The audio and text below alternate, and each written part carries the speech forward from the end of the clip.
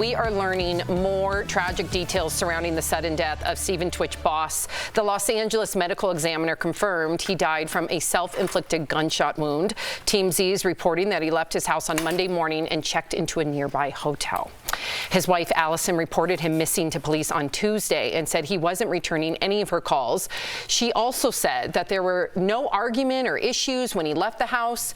Tributes are also pouring in from stars close to the DJ and dancer. Jennifer Lopez tweeted, "Twitch was such a light and a beautiful soul, shocked and deeply saddened. My heart breaks for Twitch, his wife and children." Channing Tatum posted this selfie of the two on Instagram, writing, "I love you. I'll see you again, my friend. Until then."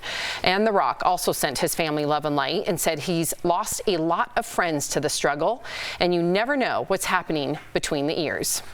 Wow. And, you know, I learned yesterday when I was just watching video after video after video of Twitch, that he follows you, Al. He doesn't follow very many people, but he obviously was a fan of your comedy, because I had asked you if you guys had met, and you said no. But did that impact you, learning that he was a fan of yours? It really did. And you know, I've been thinking about him a lot, just because he brought up some feelings I'm still dealing with in terms of like the loss of my buddy Kevin Barnett, who he actually passed away, I think it was season 2 on this show, back when you could still be in the cafeteria around the corner. And that's when I found out, and I feel like I didn't recover from that for a year.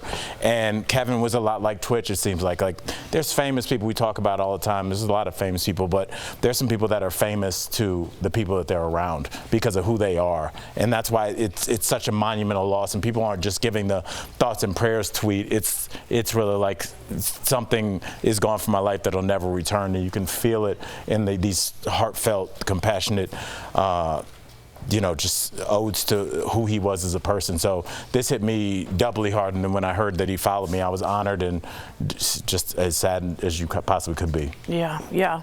Twitch, I think Twitch affected us all more than I think we all thought. It hit everybody in the studio. I could definitely feel it. And I just want to say, as someone who comes off very bubbly and who has been extremely depressed, you can put up, it's sometimes easier to put up a fake front than actually go for help, because that's what I did.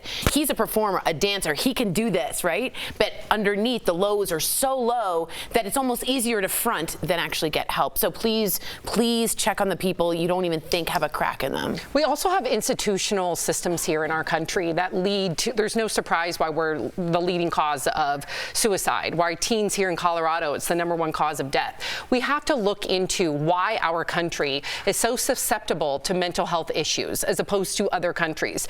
And I guarantee you, if we fix that systemically, I do think that we can curb that horrific statistic that affects us disproportionately. And it's getting worse, you're right. Unless we do something now, it's just become worse and worse and worse. Well, people can barely put food on their table. We do have a doctor joining us, Dr. Jeff, and we want to continue the discussion with him. He's a psychologist and an author. So Dr. Jeff Gardere, welcome to DBL. So many questions. Yes, Dr. Gardere, thank you for being here. We were all so shocked to hear of Twitch's death. What was your first reaction when you heard the news? Well, my very first reaction was, this is someone who we see as this happy-go-lucky person and, you know, dancing and having a good time, and has this persona of being an extremely joyous personality. And then the shock of realizing that maybe he wasn't as happy as perhaps we thought he might have been. And certainly what it tells us is that depression does not, if there is a depression going on, it doesn't have a particular face, that we shouldn't judge people on just what we see. There's so much more that can be going on inside in their lives. Dr. Jeff, we need to ask, how common is it for people to project happiness and joy on the outside, but they're still really struggling on the inside? Well, it is somewhat common. We know of many celebrities, for example, who have committed suicide, and we hear the same thing over and over, right?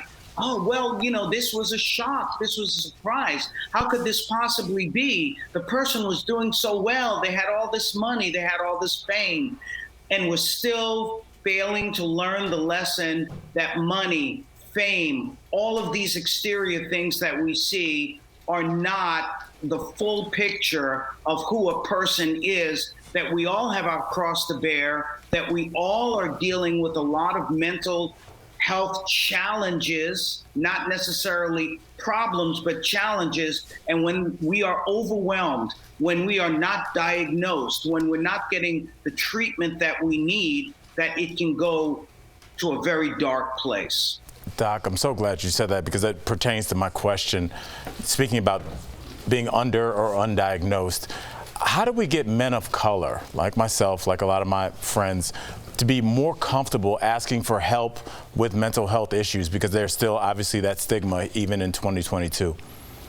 That's right, and it's a great question. And it's a very important question in that we see that the rates of suicide and suicidal ideation are skyrocketing in the Black community, and especially with Black males. So it is important that people like you and I, for example, serve as role models to the Black community, that we be able to admit, and I talk about it all the time, I have hypochondriasis, unreasonable fear of illness, I have generalized anxiety disorder. I've been dealing with that my whole life.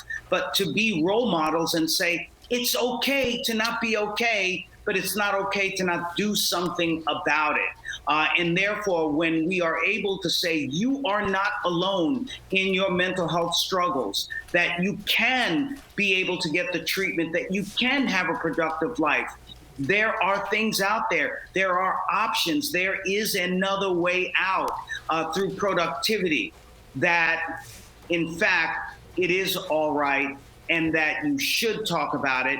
And the more we talk about it, the more we do, the easier that it is. And you know one thing, that this particular generation, they are talking about mental health. Yeah. They Absolutely. I have kids in this generation, and It's different. The fact that they even know what the phrase mental health means, and not only that they talk to each other about it, is really heartwarming, and that's what gives me hope for the future. 15 and 13-year-olds are talking about mental health and supporting their friends, and I was just like, where are we playing pickup hoops? So it's a big jump. So that is something to be happy for. It's getting through. And just, Dr. Jeff, I just want to end on this note, because something you said was really powerful, that treatment works. I just want to echo that sentiment. I'm on treatment. I've been on treatment since postpartum depression. It saved my life.